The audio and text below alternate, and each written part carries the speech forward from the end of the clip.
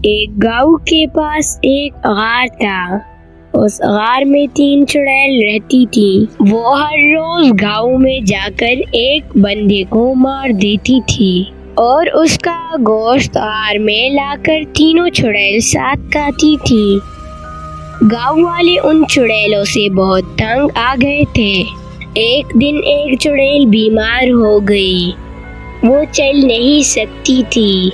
अरे मुझे क्या हो गया है, मैं चल क्यों नहीं पा रही हूँ। कल तक तो मैं ठीक थी, आज मुझे क्या हो गया है। दूसरे चुड़ैल ने कहा, तुम फिक्र मत करो, मैं गांव से किसी डॉक्टर को लेकर आता हूँ। और वो गांव आ गया।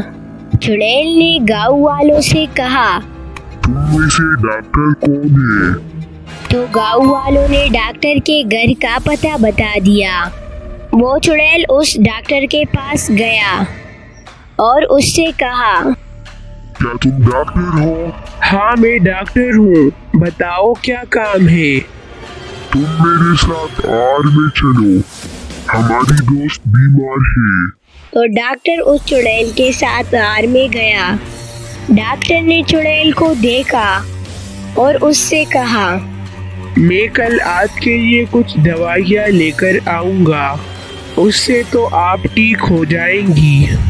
अगर मैं ठीक नहीं हुई तो मैं तुम सब गांव वालों को कहा जाऊंगी। अरे नहीं, तुम ठीक हो जाओगी। अब मैं चलता हूँ। और डॉक्टर साहिब चले गए।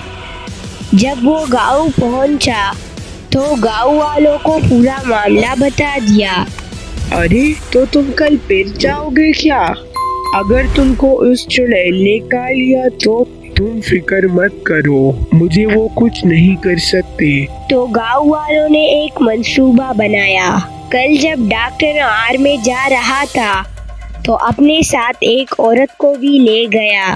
तो आर के सामने एक चुड़ैल खड़ी थी। उसने डॉक्टर से कहा, इस औरत को क्यों लेकर आए हो? अरे तुम इसकी फिक्र मत करो, ये बस मेरे साथ दवाइयाँ पकड़ने के लिए आई है। ये अंदर नहीं जाएगी, ये यहाँ पर मेरा इंतजार करेगी। ठीक है, तुम अंदर चलो।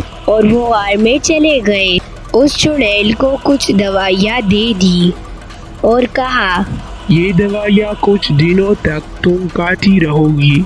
ये दवाइयाँ तुम कुछ दिनों तक लोगी तो तुम ठीक हो जाओगी। मुझे ये दवाइयाँ नहीं होनी चाहिए। तुम्हें अगर ठीक होना है तो ये दवाइयाँ खानी होगी। अब मुझे इजाजत दीजिए।